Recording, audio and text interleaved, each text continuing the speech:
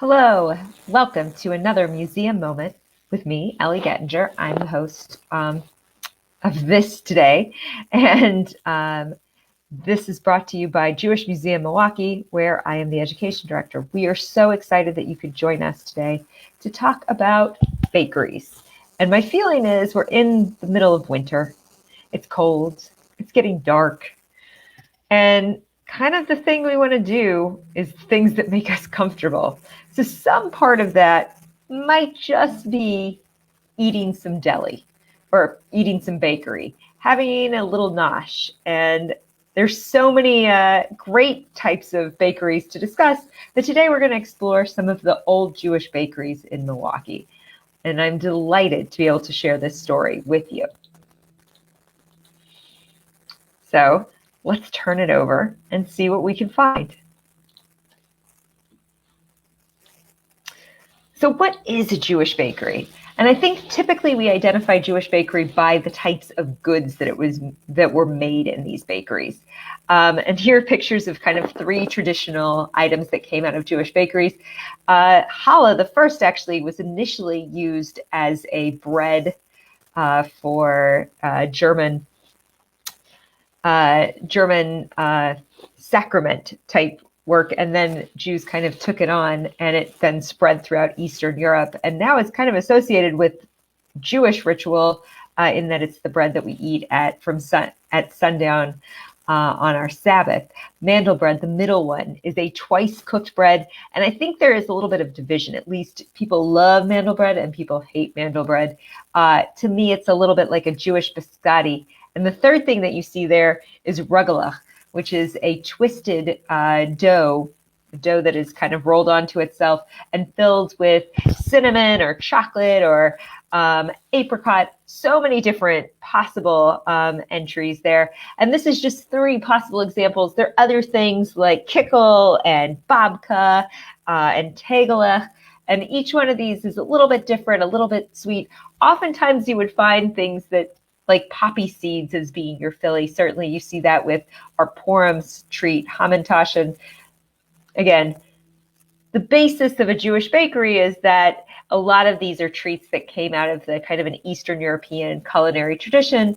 And then traditionally within a Jewish bakery, you would have had some sort of level of kashrut being observed, and potentially that there would have been a hechsher. So people would have known that this is the sort of stuff that would not have been had any lard or any sort of animal product used in it, so that they would know that it's parve, or if it's dairy specifically, if someone has, if there's milk in a product, so they know how it fits in with their kashrut. So in coming to America, Jews brought these Jewish foodways with them. As we know, the first Jews who came to Milwaukee were coming from Germany and Central Europe and brought more in line with those pieces. As the second big wave of Jewish immigrants came to Milwaukee from Russia and Eastern Europe, they settled primarily in what became known as the Haymarket District, just west of the river, just north of kind of 3rd Street, or 3rd Street is just north of Cherry up to about North Avenue. And it was a really densely populated area. And throughout that very small geographic space, many, many, many Jewish bakeries rose up. And it wasn't just because people were looking for a place to buy their bread or their cookies. It also was functionally became a stove for not a stove, but an oven for the community. At that time, most of these apartments and most of the tenements they had stovetops, but they didn't have ovens. So this was a way, often people would bring their own bread there to be baked, or they had to buy their bread at these bakeries because they didn't have a way to produce bread on their own because they didn't have ovens in their apartments. So it's an interesting kind of evolution that it was a local food movement, block by block, there were all of these different bakers at work, but it wasn't necessarily the sense of local food because, it's very specific to the space. It was necessary for the way the kind of community functioned to ensure that people had bread and had the accessibility to either to get things that were baked. So one story that I found fascinating is that in 1911, a Jewish bakers union was formed. And up to this point, bakers could work up to 20 hours, huge numbers of hours. It was an incredibly hard job. You're you're working with hot stoves, hot ovens. You're working for endless numbers of hours. You're starting incredibly early. The Bakers Union actually went on strike in 1919, and they were fighting in that strike for a couple of big pieces. One, they wanted a weekly salary of $24 a week in 1919, and they wanted to begin their day at 4 a.m. instead of 1 a.m. They also were fighting for an 8.5-hour workday. I believe they actually won this, but this Bakers Union was incredibly important in the Milwaukee bakery community, and their logo was on many of the bakeries that we'll talk about as we go forward from here. Another thing that I found to be interesting is in 1931, the Wisconsin State Assembly passed a law that said bakeries could only be open 6 days a week. And to that point, most of the Jewish bakeries weren't baking on Shabbat, but they were open on Shabbat. And there is a point in which they decide we're going to close on Saturday as opposed to Sunday. This law didn't mandate which day they had to be closed. It just said, and I'm sure that the assumption from the state assembly is that they were going to enforce kind of a Sabbath for everyone and that everyone should be closed on Sunday, like a blue law for baking. It didn't do that to them, but it did force the Jewish bakers to say, well, fine, we'll close down and not even sell our leftover bread or the bread that we've overproduced, so we could be open on Saturday. We'll close on those days. And the rabbis actually applauded it as a decision because they were like, yeah, you should have been closed all along as a Jewish bakery. This is one of many of the bakeries. Chicago Bakery was so named because its owner came from Chicago. And you can see it's announcing its opening at Center Street. It's modern, new sanitary bakery. And the building had been especially built for our equipment, which is the most modern in Milwaukee. They're going to specialize in breads, rolls, cakes 3 times daily. And they were at 616 10th Street.